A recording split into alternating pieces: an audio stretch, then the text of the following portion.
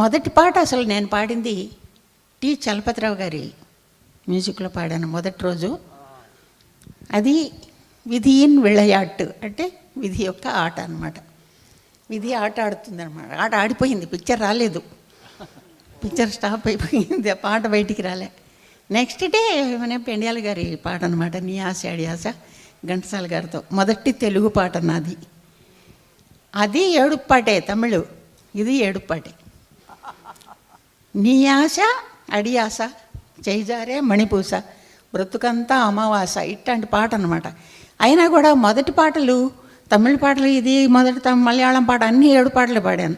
అయినా కూడా ఇట్లా ఏడు పాట మొదట్లో పాడుతున్నానని నాకు బాధ కలగలేదు. ఎందుకంటే పాడుతున్నానని సంతోషం తప్ప ఏడు పాట ఏదో ఒకటి పాడటం కావాల్సింది. దానికి కూడా జస్టిస్ చెయ్యాలి కదా మరి. బ్రహ్మాండంగా ఏడుస్తూ పాడే పాట మొదటి రోజు 2 పాటలు 91 కాల్ షీట్లో దేవుడో అని ఏడుస్తూ పాడే పాటలు అంటగా ఏడుస్తూ పాడాను. చాలా బాగుంది, పాటలు బాగా వచ్చినాయి, కానీ పిక్చర్ రిలీజ్ అవ్వలేదు. అంటే పెండాల గారు తర్వాత ఆంధ్ర మహావిష్ణువులో చాలా మంచి మంచి పాటలు చేశారు. బాలమురళి గారితో కూడా పాడాను, ఘంటసాల గారితో పాడాను, అన్నీ చాలా మంచి పాటలు పాడాను. సుబ్రహ్మణ్యం గురించి చెబుదాం. యాక్చువల్గా చిన్న పిల్లవాడుగానే వచ్చాడు, బాలుడు, పేరుకు తగ్గట్టు సన్నగా చక్కగా, చూడ్డానికి కూడా చక్కగా ఉండేవాడు. అంటే ఇప్పుడు బాగాలేడని కాదనుకోండి, బాగానే ఉన్నాడు, కానీ అప్పుడు ఇంకా చాలా బాగుండేవాడు. పిల్లవాడు, చిన్న పిల్లవాడు, మోటార్ సైకిల్ మీద వచ్చేవాడు రికార్డింగ్కి. మంచి మంచి పాటలు చాలా బ్రహ్మాండంగా పాడేవాడు అనమాట. అసలు గూడూరులో ఒక కాంపిటీషన్లో మొట్టమొదట నేను చూశాను. గూడూరు, నెల్లూరు దగ్గర అక్కడ కాంపిటీషన్స్ జరుగుతుంటే చీఫ్ గెస్ట్గా ప్రైజ్ డిస్ట్రిబ్యూషన్కి నన్ను పిలిచారు, ప్రైజులు ఇవ్వడం కోసం. జడ్జిగా కాదు, వెళ్ళాను. గెలిచిన వాళ్ళ చేత ఊరికే పాడించారనమాట. ఇంకో అబ్బాయి పాడాడు, కొంచెం ఘంటసాల గారి గొంతు పెట్టుకుని పాడాడు. అబ్బాయికి ఫస్ట్ ప్రైజ్ వచ్చింది.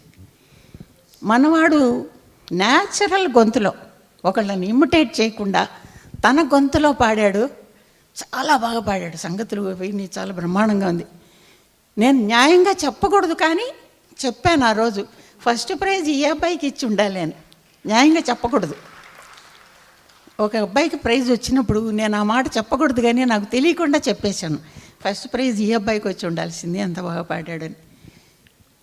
ఎవరైనా కానీ తనకి భగవంతుడు గొంతు ఇచ్చినప్పుడు మన గొంతులో పాడాలి, కానీ ఇంకో గొంతుని ఇమిటేట్ చేసి పాడకూడదు. ఆ పాటల్ని మనం పాడొచ్చు, వాళ్ళు ఎంత బాగా పాడారో అంత బాగా మనం పాడడానికి ప్రయత్నించి ఫస్ట్ క్లాస్గా పాడాలి, కానీ ఆ గొంతుని ఇమిటేట్ చేయకూడదు. చేసినప్పుడు ఏమవుతుంది, రికార్డింగ్కి వెళ్ళినప్పుడు అప్పుడంతా వాళ్ళు బాగా మంచి పేర్లో ఉండేవాళ్ళు కదా, ఎందుకయ్యా మా ఘంటసాలే ఉన్నాడు నువ్వెందుకు పో అంటారు, ఆయనే పాడుతున్నాడు కదా నువ్వెందుకు అంటారు. ఆ రకంగా అప్పుడు చాలామంది పైకి రాలేకపోయినారు సింగర్స్, ఎందుకంటే ఘంటసాల గొంతు పెట్టుకుని పాడడం, సౌందరరాజన్ గొంతు పెట్టుకుని పాడడం, యేసుదాస్ గొంతులో పాడడం, ఇవన్నీ మామూలు. సుబ్రహ్మణ్యం గొంతులో కూడా చాలామంది ట్రై చేశారు. అవన్నీ చెల్లవు, ఎందుకంటే పాట అది స్టేజ్ మీద మేము పాడినవి చక్కగా ప్రాక్టీస్ చేసి ఉన్నది ఉన్నట్టు అప్పగిస్తారు. అదే రికార్డింగ్కి వెళ్ళినప్పుడు ఒక మ్యూజిక్ డైరెక్టర్ ఒక పాట ఇస్తే మేము పాడినది నేను చెప్పకూడదు, కానీ మేము పాడినంత బాగా మ్యూజిక్ డైరెక్టర్ పాడడు, ఇట్లాంటి సింగర్స్ తప్ప.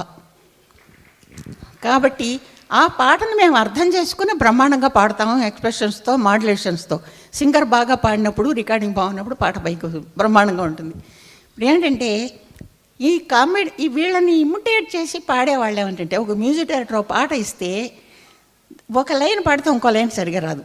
ఎందుకంటే ఇమిటేషన్ అలవాటైపోయి తన సొంతంగా ఒక పాటని అన్వయించుకొని పాడాలంటే ఒక సింగరు పాడలేడు. కానీ మరి సుబ్రహ్మణ్యం ఒరిజినల్గా పాడే మనిషి కనుక ఇన్నాళ్ళు స్టాండర్డ్గా నిలవగలిగాడు. ఒకళ్ళని కాపీ చేసి పాడే రకం కాదు. పైగా తను ఎట్టంటి పాట ఇస్తే అట్టంటి పాట పాడటం, ఏ పాట అన్నా ఇవ్వగాక దాన్ని ఒరిజినల్ మ్యూజిక్ డైరెక్టర్ చెప్పిన దానికంటే కూడా ఎక్కువగా పాడడం. తర్వాత గ్రాస్పింగ్ పవర్, వెంటనే 2 నిమిషాల్లో పాట ఎంత తొందరగా నేర్చుకునేవాడు అంటే అంత తొందరగా నేర్చుకుని పాడేవాడు. ఒక్కొక్కసారి చెప్పకూడదు కానీ పిచ్చి భాషలు వేసేవాడు.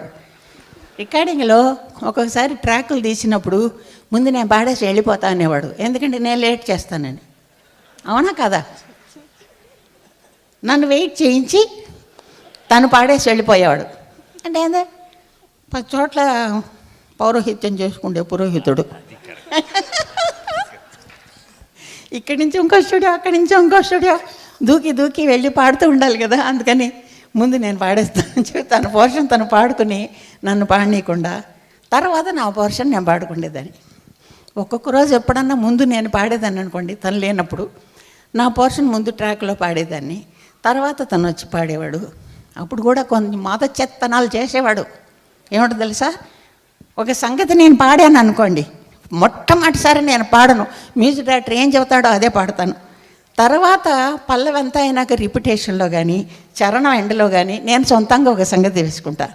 తను ఏం చేసేవాడు, మొట్టమొదటి పల్లెల్లోనే నేను పాడిన సంగతి పాడేసేవాడు. పాడితే తనది విని అది నేను పాడినట్టు అవుతుంది కదా.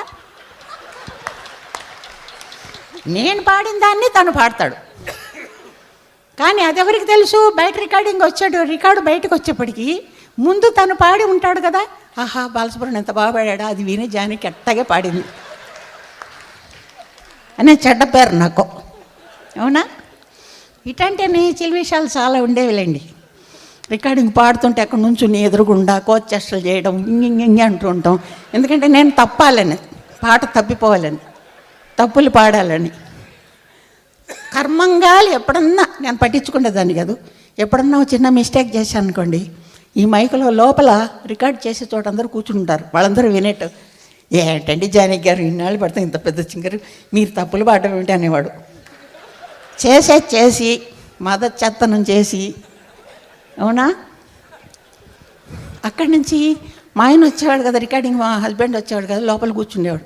తర్వాత నన్ను తిట్టేవాడు, ఏంటి జాగ్రత్తగా పాడకూడదా, కరెక్ట్గా పాడకూడదా, ఇక్కడ అందరూ విని ఏమనుకుంటారు అసహ్యంగా, అతని చేత నువ్వు ఏంటండి ఇది పాడిన పాట అనిపించుకుంటావా అని తిట్టేవాడు. ఈ అక్షంతలన్నీ నాకు చెప్పాలి, కొన్ని విషయాలు దాచిపెట్టకూడదు. చాలే వేషాలు ఇట్లాంటివన్నీ మాకు జరుగుతుండేవి. ఎందుకు చెప్పచ్చు అంటే ఆల్రౌండర్, దీంట్లో కూడా రౌండ్ అయిపోయినాడు.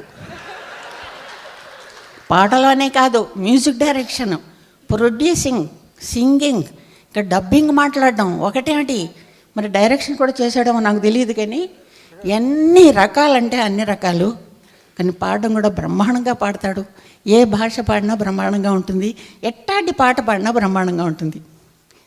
సందె పొద్దుల కాడ సంపంగిన వింది, కందగడికి తోడు చలిగాలి రమ్మంది.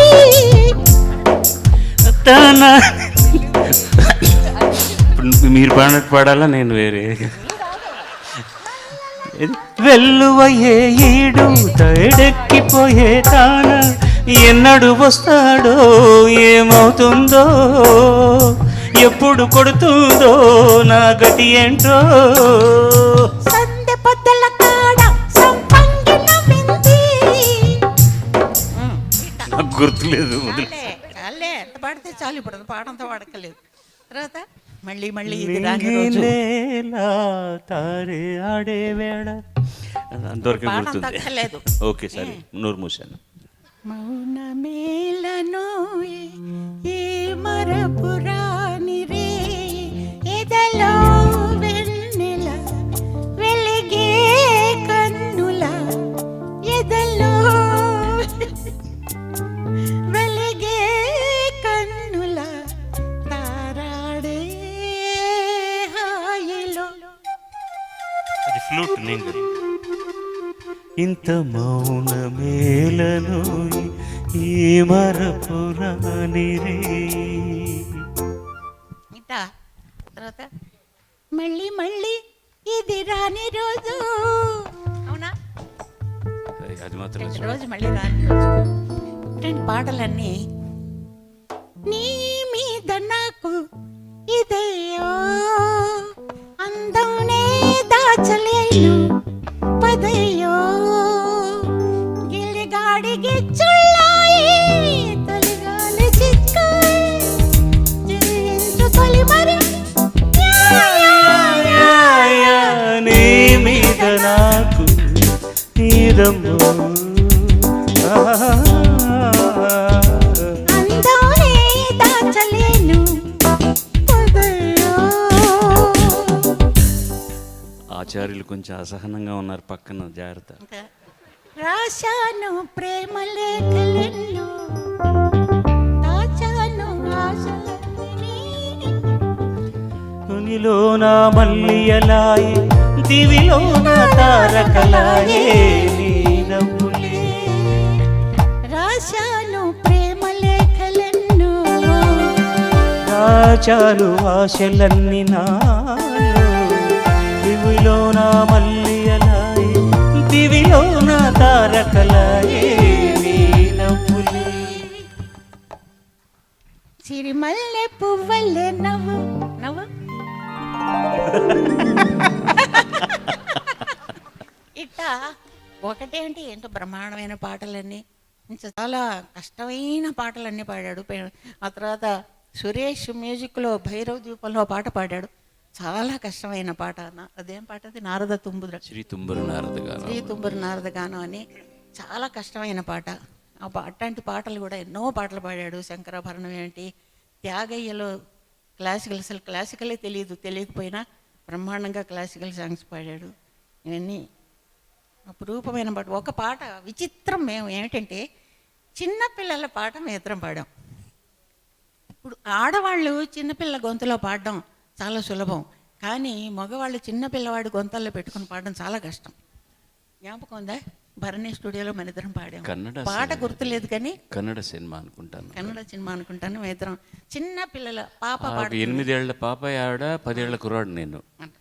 ఎంత బాగా పాడాడంటే చిన్న పిల్లవాడికి గొంతు అట్ట పెట్టుకుని పాడడం అనేది చాలా కష్టం మగవాళ్ళకి. తర్వాత ఆడవాళ్ళ గొంతులో పాడాడు చాలా బాగా. నేను కూడా మగ గొంతులో పాడాను అనుకోండి, నేను తక్కువ తిన్నానా?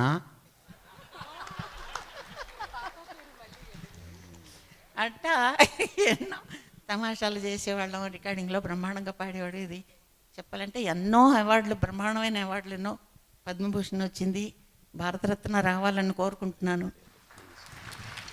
ఎన్నో యాక్చువల్గా అవార్డులు రావడం గొప్ప కాదు, రసికులు ఫ్యాన్స్ మనసులలో ఉండటం ఉన్నది చూసారా, దాన్ని మించిన అవార్డు ఏదీ లేదు. ఎప్పటికిప్పుడు నేనే ఉన్నాను, ఏం పాడుతున్నాను, నేనేం పాడలేదు, ఏం లేదు. కానీ నా ఫ్యాన్స్ అందరూ చిన్నపిల్లలు, అంటే 25 ఏళ్ళ వాళ్ళు, 20 ఏళ్ళ వాళ్ళు, 30 ఏళ్ళ లోపల వాళ్ళు పిల్లలు. అప్పటి పాటలన్నీ విని ఆనందించి రోజు ఫోన్లు చేసి అమ్మ అమ్మ అంటూ, అసలు అమ్మ ఒకసారి చూడాలమ్మా, మిమ్మల్ని చూడకుండా ఉండలేకపోతున్నాం ఏంటంటే ఏడుస్తారు తెలుసా. అసలు ఫ్యాన్స్ ఎంత పిచ్చిగా ఉంటారంటే, దాన్ని మించింది ఏం కావాలండి, మాకేం కావాలి అసలు? రసికులు లేనిదే అసలు ఆర్టిస్ట్ ఎక్కడా? మేము లేనేళ్ళాం. మీరందరూ ఎంజాయ్ చేసేవాళ్ళు ఉండబట్టే మేము ఉన్నాము. ఆయురారోగ్య ఐశ్వర్య ఆనందాలతో సుఖంగా ఉండను ఆయన వర్ధిల్లని ఆశీర్వదిస్తున్నాను. చిన్నపిల్లవాడు, అందుకని నేను ఆశీర్వదిస్తున్నాను. బాలుడు. ఏదో మాట్లాడాను, నాకు చేత కాకుండా ఏదో మాట్లాడాను, సారీ అనుకోదు. ఎంతసేపు టైం తీసుకున్నందుకు. నారాయణ రెడ్డి గారు ఎన్ని పాటలు పాడానో నేను లెక్క పక్కలేదు. బ్రహ్మాండమైన పాటలు పాడాను. పైగా చూసారుగా, ఆయన పాడి వినిపిస్తారు. ఈ రకంగా మ్యూజిక్ డైరెక్టర్ దగ్గర కొన్ని ట్యూన్లు ఆయనే ఇచ్చేసేవారు. అవును, ట్యూన్లు పల్లవులు అందించేసేవారు అనమాట ఆయన. అంటే ఆయన పాడి వినిపించేవారు, అంత చక్కగా పాడేవారు. పాడడం కాకుండా మరి ఇంత మంచి లిరిక్ రైటర్, అటువంటి పాట. నేను చూడక నేనుండలేను, నేను చూడక నేనుండలేను, ఈ జన్మలో మరి ఆ జన్మలో, ఇక ఏ జన్మకైనా ఇలాగే నిన్ను చూడక నేనుండలేను, నిన్ను చూడక నేనుండలేను. ఇట్లాంటి పాటలన్నీ నారాయణ రెడ్డి గారివి బ్రహ్మాండమైన పాటలు. నువ్వు పాడక నేనుండలేను, పాడక నేనుండలేను, నా జన్మలో మరి ఈ జన్మలో మరి ఏ జన్మలో పై జన్మకైనా ఇలాగే దూరగ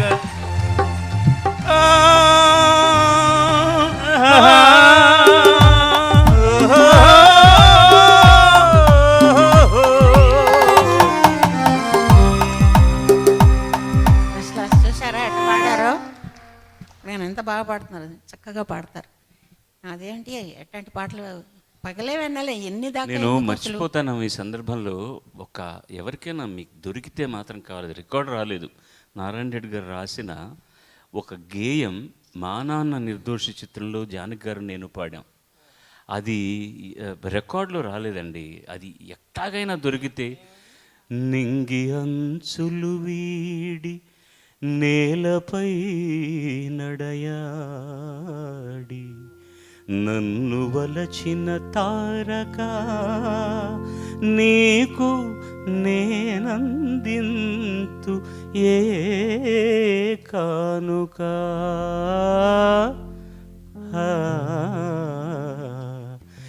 ఏ కళంకములేని ఏ కళలు కోల్పోని మనసైన ఓ చంద్రమా నీకు నేనందింతు ఏ కానుక. చాలా గొప్ప గజల్ ఇది. ఎవరికైనా దొరికితే మాత్రం ఇస్తే ఆ జన్మాంతం మీ పాదాలకు దండం పెడుతూనే వంగి ఉండిపోతాను. ఇట్లా చూడండి, ఇట్లా పాడతాడు, బ్రహ్మాండంగా పాడి అందరినీ మనసులో ఆకట్టుకుంటాడు. బ్రహ్మాండమైన సింగరు.